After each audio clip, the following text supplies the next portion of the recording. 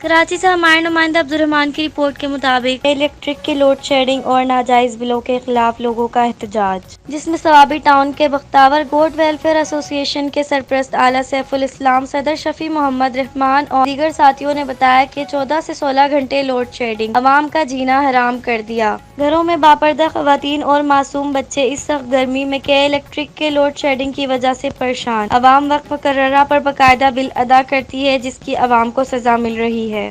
گلشن گنیر، خوک بادشاہ، ڈاکٹر و دیگر ساتھیوں نے بتایا کہ الیکٹرک کے ناجائز بل جو یونٹ زائد ہوتے ہیں اور وہ بھی عوام ادا کرتی ہے، بقایا جات ادا کرنے کے 2 ماہ بعد پھر بقایا جات آ جاتے ہیں۔ الیکٹرک کا عوام کا خون چوسنے کے ساتھ اپنی من مانی کر رہی ہے۔ نیو مظفر آباد اولڈ مظفر آباد کالونی کے عوام کی طرف سے اکبر خان نے اپنی قیادت میں پرامن مظاہرہ کیا کہ ہم چین سے نہیں بیٹھیں گے، ہم دارالعلوم لانڈی کے ایس آفس بھی مظاہرہ کریں گے۔ عوام نے کہا، شہباز شریف نے عوام سے مکمل لوڈ شیڈنگ ختم کرنے کا وعدہ کیا، دوسری طرف کی منمانیاں اور بدماشیاں۔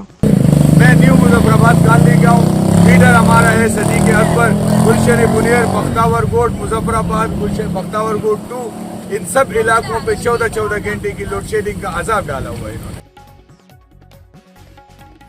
حیدرآباد سے ہمارے نمائندہ عبداللہ کی رپورٹ کے مطابق گزشتہ کچھ عرصے پہلے سابق وزیر اعظم کی جنیجو کالونی کے مسائل پر خبریں بھی چلائی گئیں مگر کوئی ایکشن نہ ہو سکا۔ تاحال عوام تنگ آ گئی، غریب عوام نے اپنے جیبوں سے اپنے بچوں کا پیٹ کاٹ کر علاقے کا کام شروع کرا دیا۔ عوام کا کہنا ہے کہ ذمہ داران ہر گوش کی نیند سو رہے ہیں، لوگ مر رہے ہیں۔ عوام کا وزیر اعظم سے رحم کی اپیل۔